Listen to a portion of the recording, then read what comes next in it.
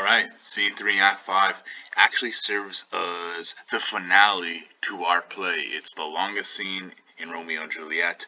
It's the final one and resolves everything in the story. So let's get to it. We're at the Capulet grave site. Paris and his servant, his page, enter.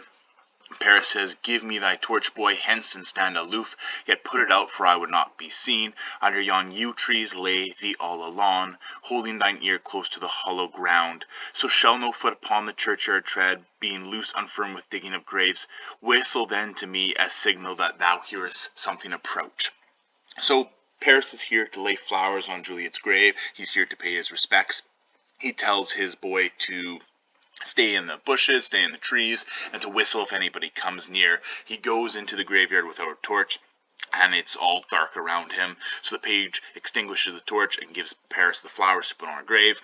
The page says, "I am almost too afraid to stand alone here in the churchyard, yet I will adventure, I will take the risk." The page goes into the distance. Paris goes into the tomb. He puts flowers on her grave, Juliet's grave, and he says, "Sweet flower, with flowers thy bridal bed I strew." So he calls her a flower and says, "Now this bridal bed, your wedding bed is your grave, and here are the flowers. With sweet water nightly I will do." So he says, "I will water these flowers every night. I will visit you every night. If these flowers need water, I will cry. My tears will be enough. And I will make sure that you are never forgotten." The page whistles to indicate that someone is coming, and then he says, "The boy is giving me warning that someone does approach. What cursed foot wanders this way tonight, to disturb my true love's right? What with a torch muffle me night a while." So Paris, he goes away from the tomb and he's hiding into the dark. Romeo and Balthasar enter, and Romeo says, "Give me that mattock and the wrenching irons will give me a pickaxe and crowbar." He's going to break into Juliet's tomb, her coffin. He says, "Hold and take this letter early in the morning. See thou deliver it to my lord and father." So he's written out, remember, Romeo was planning to die here. He's given a letter to Balthasar to give his father once he has passed. And he says, "Give me the light. Upon thy life I charge thee, whatever thou hearest or seest, stand aloof and do not interrupt me in my course." So he says, let me do whatever I want to do despite what you hear or what you see. I'm going to go in to behold my lady's faith, but I want to take the ring from her finger, and it's something I must use in dear employment. It's part of my plan.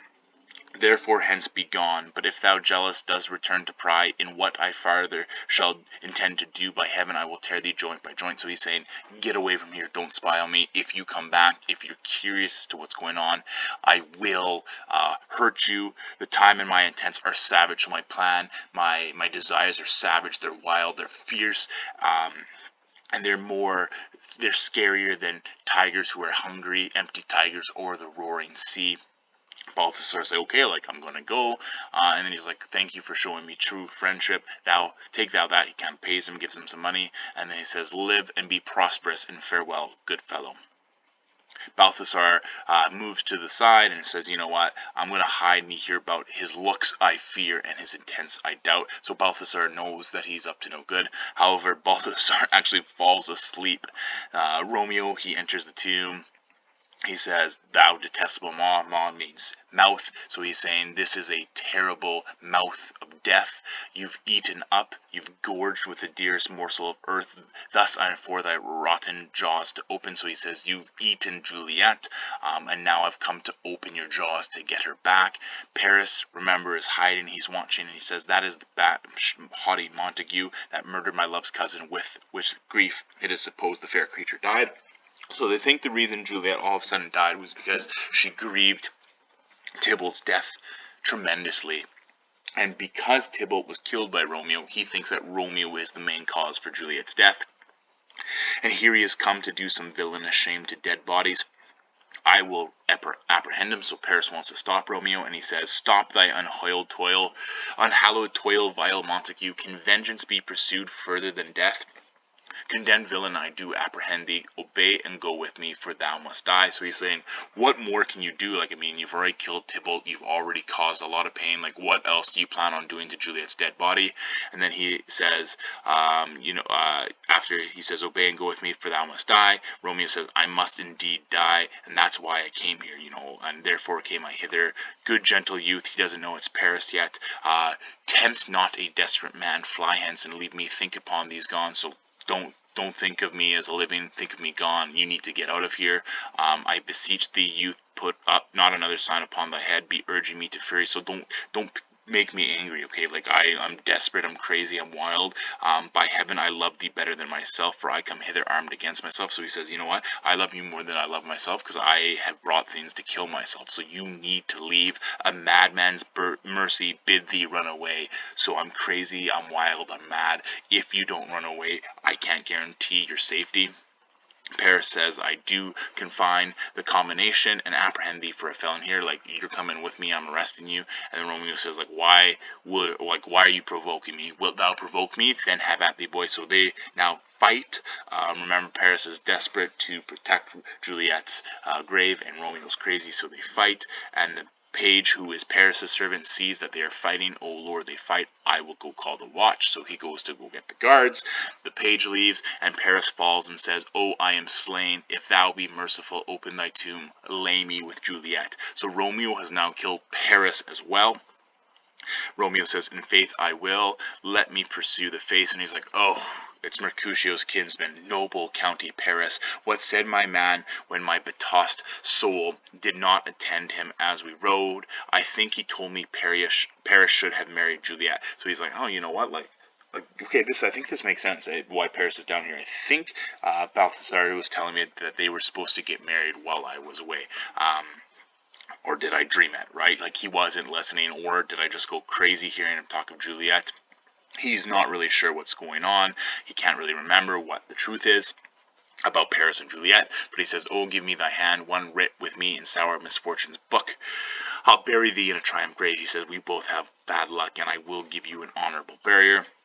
Romeo opens the tomb, and he says, a grave, oh no, a lantern, slaughtered youth. So he says, you know what, it's not a grave, it's actually a bright light, remember, because Juliet is his son.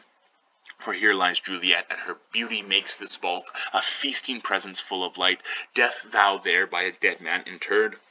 So he lays Paris into a tomb, and says, how oft, when men are at the point of death, have they been merry, which their keepers call a lightning before death? Oh, how may I call this a lightning? So he's basically saying, men are usually happy before they die. There's a light before the dark. But he's like, how can this be anything but good?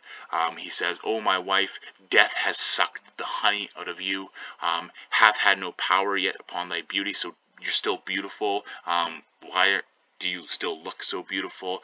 There's crimson in your lips and cheeks. So unbeknownst to Romeo, she's actually starting to wake up, right? Blood is starting to flow back into her. She doesn't look pale anymore. Her lips and cheeks are red, and she still looks like she hasn't even been dead for a day or death's pale flag is not advanced there. Tybalt, liest thou there in the bloody sheet? So now he kind of turns his attention to Tybalt, who is somewhere in this tomb, and says, oh, what more favor can I do thee than with that hand that cut thy youth in twain, to sunder his that was thine enemy? So basically, how better can I help you out than kill myself, which killed you?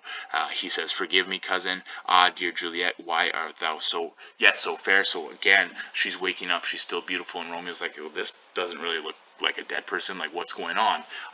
Shall I believe that death has kept you beautiful in order to keep you as his paramour? So he's wondering if death wants Juliet as his own wife. So he's kept her beautiful. He's kept her, for lack of a better word, fresh. He says, for fear of that, I will stay with thee, so I won't let death have you, and never from this palace of dim night depart again. So I will never leave. Here I will remain with worms that are thy chambermaids. Oh, here will I set up my everlasting rest, and shake the yoke of inauspicious stars from this world wearied flesh. So basically, he says, you know what, I want to stay here forever. I'm never going to leave this tomb. I will never have bad luck again. And he says, eyes, look at your last. Arms, take your last embrace. So he's saying, this will be the last look that I see will be you, Juliet. the arms, my last embrace will be you as well. And the last thing that I kiss, my lips will touch, will be the doors of breath, and sealing my fate with his righteous kiss. And then he kisses Juliet and drinks the poison. Come, bitter conduct, come, unsavory guard, thou desperate pilot, now at once run on the dashing rocks, thy seasick, weary bark. So basically, a ship crashing. Here's to my love. Drinks the poison, O true apocryphy. The drugs are quick, thus with a kiss I die.